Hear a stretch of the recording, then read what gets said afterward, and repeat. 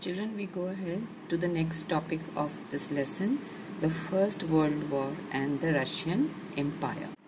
Children, as I told you earlier, after the Bloody Sunday revolt of 1805, the revolution, the people now wanted an end to autocracy. Yes, they wanted a constitutional monarchy who works under the rules and regulations written in the constitution, and for that they wanted a parliament who are elected by the people of the country, and they wanted the Tsar Nicholas II to consult the parliament. The parliament was called as Duma. Okay, so seeing the anger of the people, initially he agreed for the formation of the parliament Duma. Okay, but within 75 days he dismissed it and the second one was elected. Now later the second Duma was also dismissed and the third Duma was formed. Now Tsar Nicholas was a person who did not want anyone to question his authority and did not want any reduction in his power. So he formed the third Duma, which were packed with conservative politicians who would act in whatever he said. And the ones who really revolted, the rebels and the revolutionaries, were kept out of it. And he put a restriction on the trade unions and committees which were formed by the workers and peasants. So somehow from 1905 to 1914, he seems to be ruling Russia with all his power that he had. And although the Duma was there, but he did not consult them too much. So children, moving ahead now to 1914, and we see the First World War being broken out, and the entire world was divided into two groups. Okay, so we see Germany, Turkey and Australia formed one group which were called as the Central Powers, and then we see the others, Britain, France and Russia, were called as the Allied Powers. Okay, but the Central Powers were fought with the Allied Powers. You must remember these countries. Central Powers were Germany, Austria and Turkey, you can say as GATE, and Britain, France and Russia, BRF you can say. Okay, now let's look at the world map. So you can see here, children, let us look into the world map and see which countries. So the Central Powers were, you can see here, Germany, Austria and Turkey. Okay, they were the Central Powers, and the Allied Powers were France, Britain and Russia. Okay, now to give you a closer look, you can see here France, Britain and Russia were the Allied Powers, and we see Germany, Austria and here Turkey, which was the Ottoman Empire, they were on the other side. So you can see here they are in between France, Russia and United Kingdoms. Can you see they are locked between? That's why they are called as Central Powers. And here we have Russia, France, Britain. Okay, and here the next one is Germany, Austria and Turkey. So Germany, Austria and Turkey are the Central Powers. That is Britain, United Kingdom, France and Russia are the Allied Powers.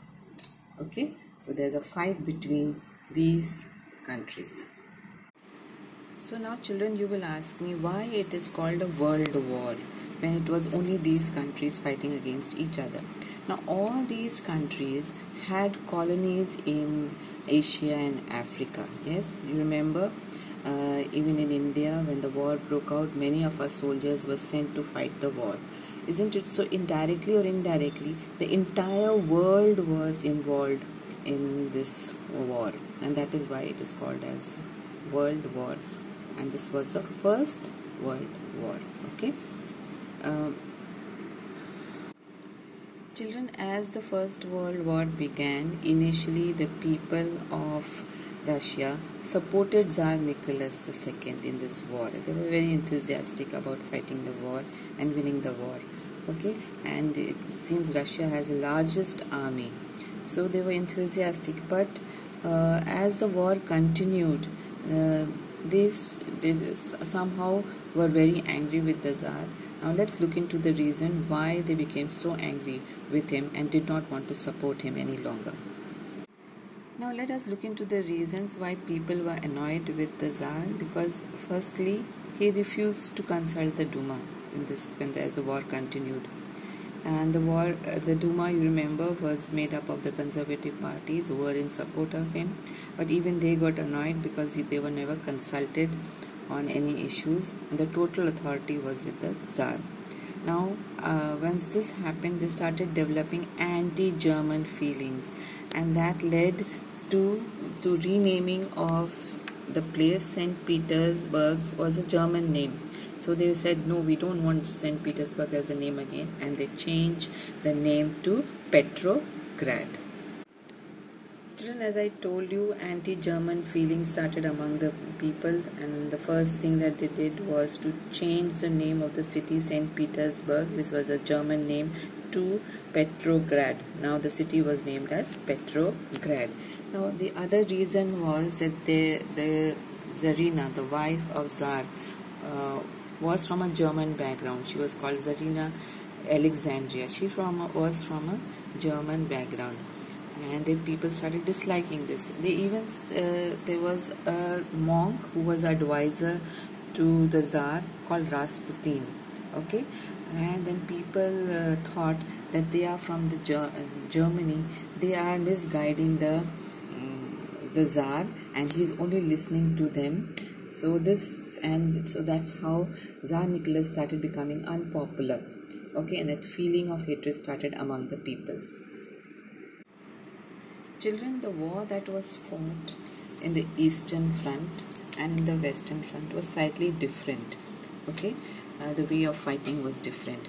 Now in the Western Front, you see, they fought from trenches. Here, this part they fought from trenches, whereas in the Eastern part it was different. So now let us see how it was different. Yes, the soldiers fought in trenches. They would dig a hole and they would hide themselves and then fight the war. They would come out of the trenches and then fight the war. You can see this is how they are fighting the war. So this is the way they fought in the western part of the world. Okay, whereas in the eastern part, if you go again and see here, in the eastern part it was slightly different. Why was it different? There were no trenches, because it was an open field which was covered with snow. So the soldiers had to walk and fight. So due to this, there were many casualties in the Eastern Front. Many soldiers died, whereas the ones who fought in the trenches survived and they could fight the war for a longer time. Okay. Now, children, we see between 1914 to 1916, Russia suffered greatly in the hands of Germany and Austrian armies. Yes, they lost badly. Yes, you can see the German armies are entering Russia, and the soldiers here in Russia had to retreat, go back, because they could not fight the war, because here they were fighting in trenches, so it was easy for them to kill a lot of soldiers, and that scared all the other soldiers were retreating back. Because I told you they were fighting in trenches, and here there was an open field which was covered with snow. Okay, so it was difficult for them to fight. So now it is said that by 1917 there were 7 million soldiers who were killed. 7 million means 70 lakh soldiers were killed due to this. So they suffered a great defeat by both Germany and Austria. Okay, all together. And you can see the reasons. Now as the soldiers started retreating, what did they do? We'll see what the Russian soldiers did when they started retreating. So children, as I told you, they were suffered great defeat in the hands of Germany and Austria. So Russian armies started retreating, and as they retreated, what they did do to the crops and the fields that were there growing in the fields which provide them food, they started to burn all these crops. You can see all these crops are burned. Why did they do it? Because they did not want the armies to use these crops to feed themselves, and they would stop the army from moving ahead. So this is the reason they would burn the crop. But this had a great impact on the agricultural production in USA, and we'll see because of this what were the impacts of the First World War. Now children, as I told you, Russia badly suffered losses between 1914 to 1916, but later on then we see USA also joining the First World War, and that's when they win the World War, that is Russia, along with France and Britain, they win the war. Okay, so you can see here what were the impact of the First World War on Russia.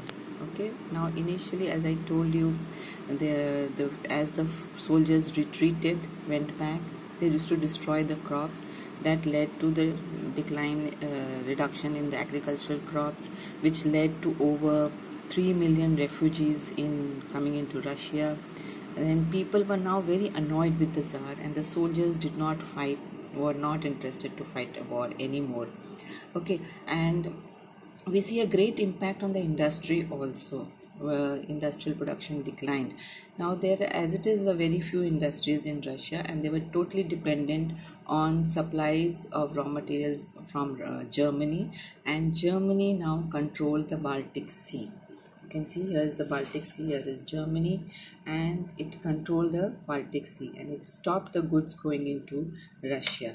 So industries were severely impacted. Railways could not run. Railways were broke down. Okay, and let's see on the world map where is Baltic Sea to make it clear to you. So you can see here is Germany, and this is the Baltic Sea, where they blocked the Baltic Sea and didn't allow the materials and goods being supplied to Russia. So industry broke down. So now we see, because of the industrial breakdown, people was suffering like anything.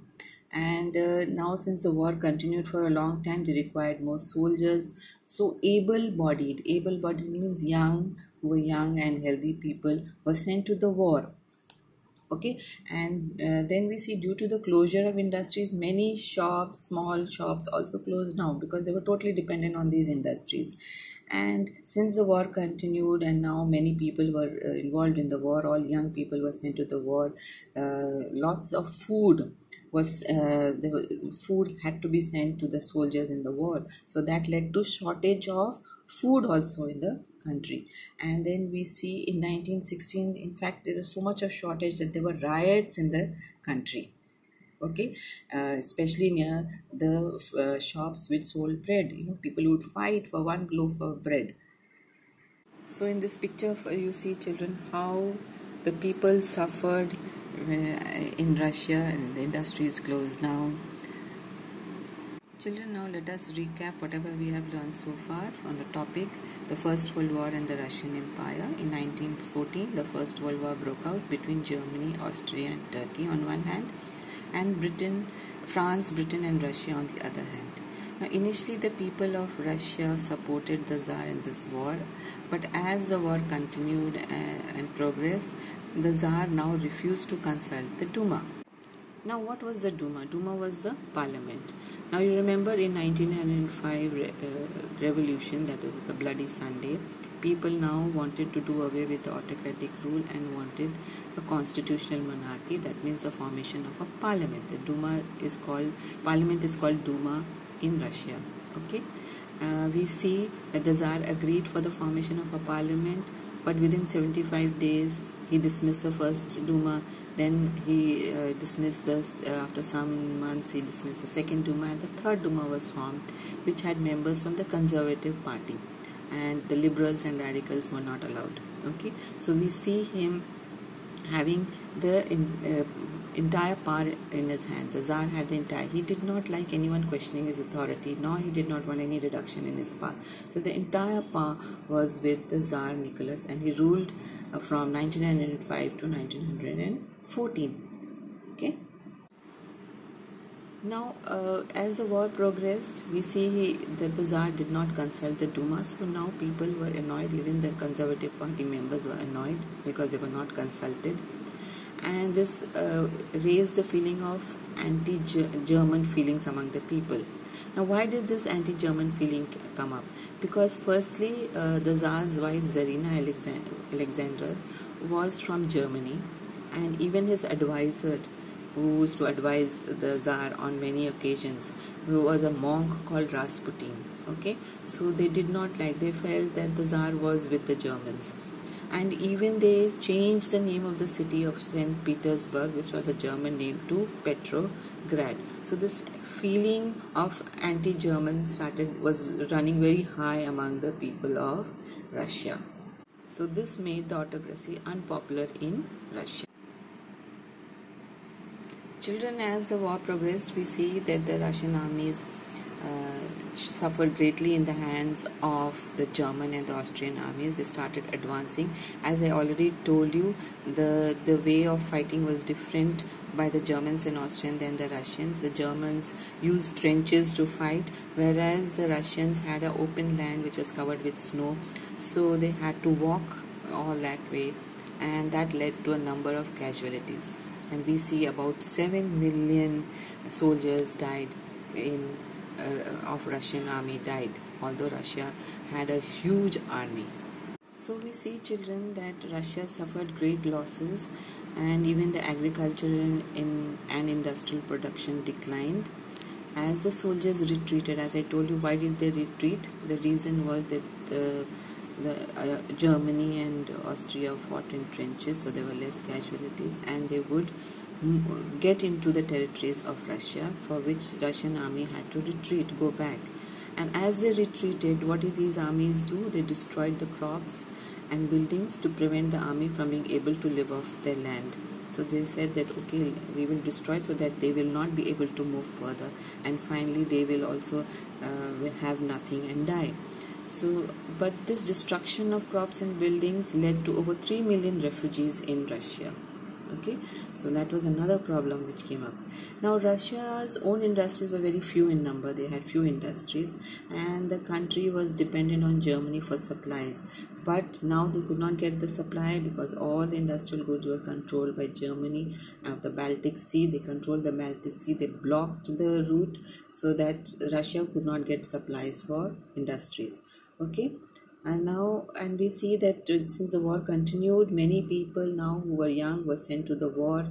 So for this, many small shops, industries, and were closed down. And supply of essential commodities were also hit. Why were they hit? Because food shortage started happening, and lots of food was required for the soldiers. So that led to shortage of food. And also, as a result, there was labor shortage, and small workshops in producing essentials were also shut down. So that was the impact of the First World War on Russia.